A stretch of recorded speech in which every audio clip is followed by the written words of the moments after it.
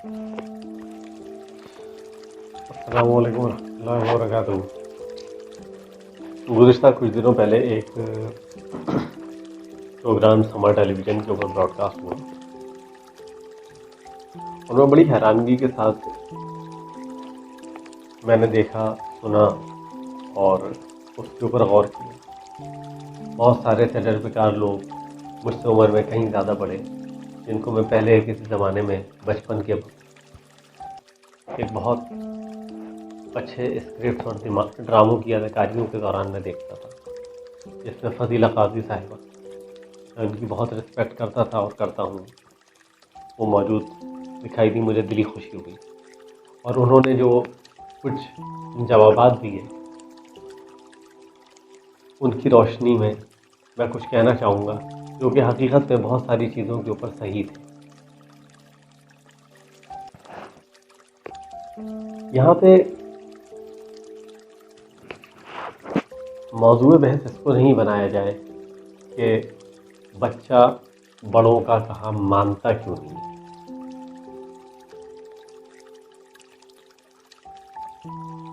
सवाल ये पैदा होता है, क्या मैंने वो तमाम पैरामीटर्स पूरे किए जिस वक्त मैंने उस बच्चे को दुनिया के अंदर लाने के लिए सोचा। सवाल ये पैदा होता है।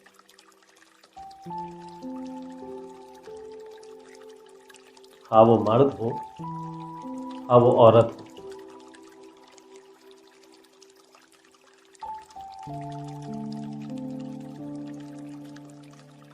इंटेलिजेंट माशरा ऐसे नहीं वजूद में आता है। जिस तरीके से भेड़ बकरियों की तरह आपने अंबार लगा दिया, उसके लिए कुछ मेहनत करनी पड़ती है। परवरिश ऐसे ही नहीं हो जाती, पल तो जाता ही है बच्चा। पालने वाली ज़ात रब्बुल कायनात है, वो छोड़ दे। आपने जो करना था कर दिया, वो पल जाएगा। छोड़ दें, आपसे तालीम कैम्ब्रिज में दिलवानी है या गवर्नमेंट के स्कूलों में दिलवानी है। बेसिक नेसेसिटीज़ क्या थी जिसके लिए आपने इतना बड़ा एक कारनामा अंजाम दिया? क्या साहिब इस्तात आप इस काबिल थे? क्या साहिबा आप इस काबिल थीं कि आपने ये अफजाइश नस्ल के ऊपर गौर किया?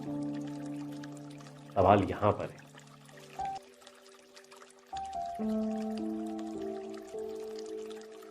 इन तमाम चीज़ों के कसूरवार वो पेरेंट्स हैं जिन्होंने इन 3 नस्लों को बर्बाद किया।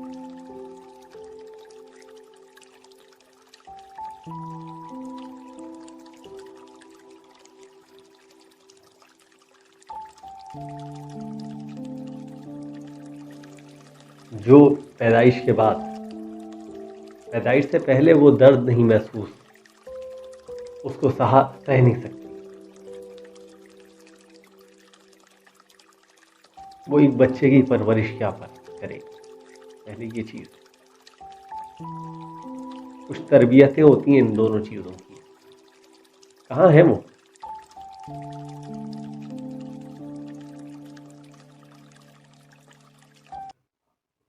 जब दिमाग एहसासात को महसूस करना शुरू करता है ना, तो उस वक्त आपको अपनी चाल ढाल नफ्सियात को बदलना पड़ता है एक आने वाली जान के लिए। आपने क्या किया उसके लिए? एक डॉक्टर है आज का, जदीद तालीम से आरास्ता है, वो बिल्कुल सही कहेगा जो उसने पढ़ा है, वो अपनी पढ़ाई की रोशनी में वो सही कहेगा कि आप खुश रहें, अच्छी चीज़ें देखें। क्यों कहेगा? पागल है क्या वो? जो महसूस करेंगी आप, वही एहसासात उसमें जन्म देंगे। कभी आपने इस चीज़ पर गौर किया?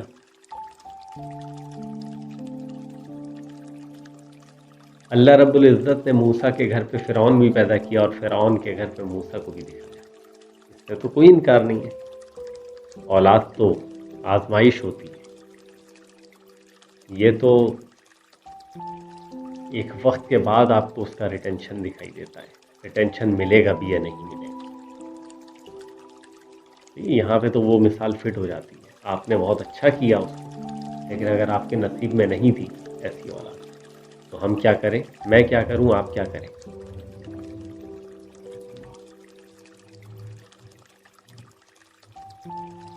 लेकिन आपको फिर उस पर अफसोस इतना नहीं होगा, क्योंकि आपने अपना फर्ज पूरा कर दिया।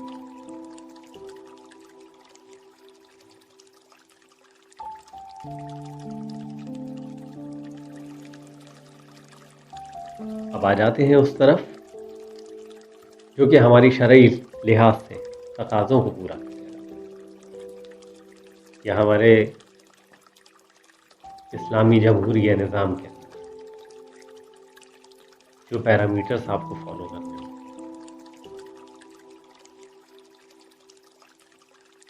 हमने तो वो भी नहीं किया, ना हम ही में रहे ना हम शी में रहे।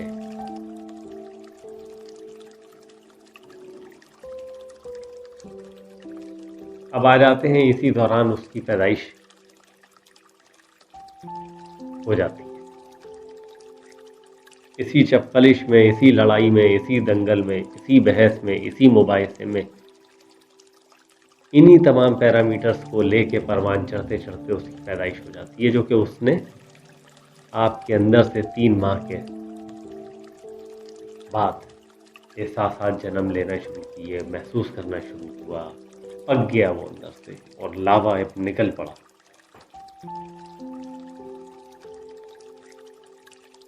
अल्लाह पाक ने आपको उसके आने से पहले दूध अता किया,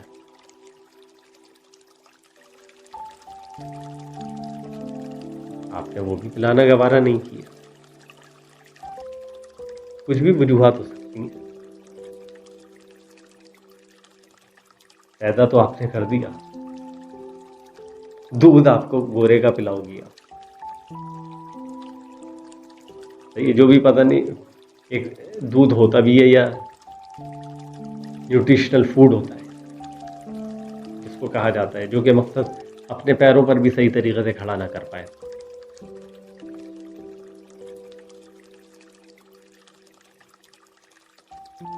सीने से सीना लगता है ना बच्चे को, और वो दूध पी रहा होता है, तो बहुत सारी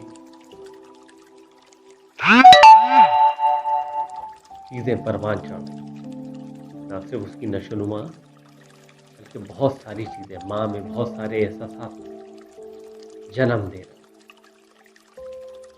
दोनों में एक अजीब व गरीब कैफियतें होती हैं।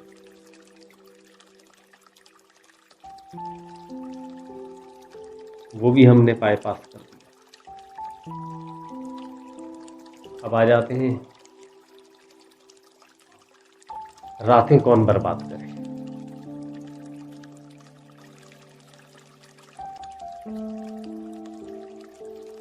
तुमने पैदा किया है, तुम्हारी जिम्मेदारी है इसके अखराजात पूरे करना।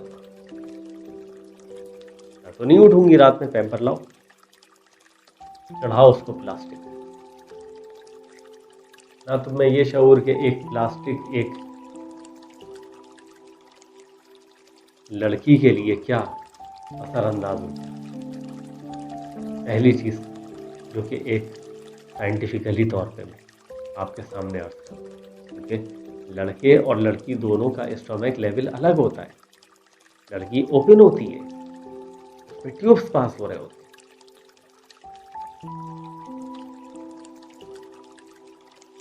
एक लड़का जो है वो पैक होता है, उसमें इन्फेक्शन का लेवल कदरे कम होता है। ने उसको वहां का आदी किया कि रातें कौन हराम करे। इसका दूसरा रुख यह है, जब आप बच्चे के लिए उठते हैं ना रात में,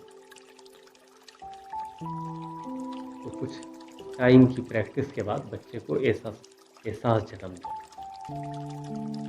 है, एक एहसास जन्म देता है। वो देखता है आधी रात को मेरी माँ उठी है, मुझे उठाया है, वो मेरा काम कर, वो सब महसूस कर रहा होता है। आपने क्या किया? आपने तो सुबह उठना है, भले वो लीक हो जाए मैम। अपना आराम नहीं, बीच में हराम करना। अब दूसरे का क्या करेंगे?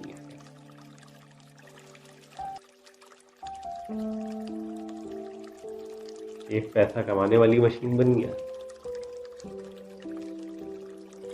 जो कि मखनचू है। तो क्या कहेंगे? मखनचू। तो मुंह से कोई अल्फाज कह ना सके। जिसने इसको होम मिनिस्ट्री का नाम दे दिया। हालांकि अल्लाह रब्बुल इज्जत ने औरत में एक खास मादा पैदा किया,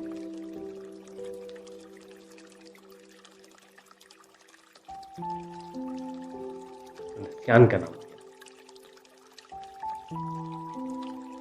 इसके अंदर एक बर्दाश्त के लेवल को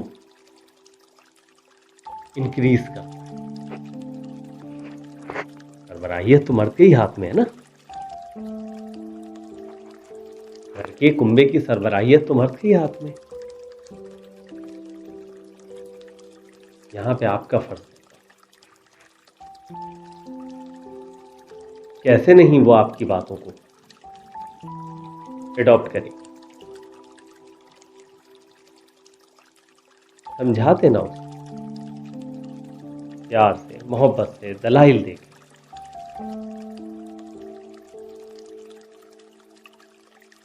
आखिर में ऑर्डर तो उसने आपका ही ओबे करना है। अब इस प्रैक्टिस के अंदर क्या हुआ, ये जो बच्चे के साथ बड़ा हो गया, परवान चढ़ गया, उसने ना एहसास देखा, ना आपके सीने की मोहब्बत देखी, ना उसने आपका दूध पिया।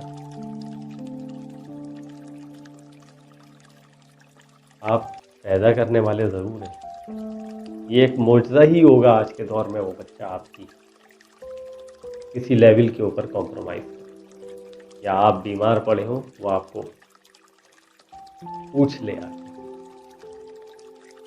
ऐसे बच्चे के लिए सही है कि आपने ओल्ड एज हाउसेस बनाए, क्योंकि ना उसकी आपने जिम्मेदारी उठाई, और वो भी इस काबिल नहीं होगा कि वो आपकी जिम्मेदारी उठाए, क्योंकि उसने तो कुछ देखा ही नहीं है।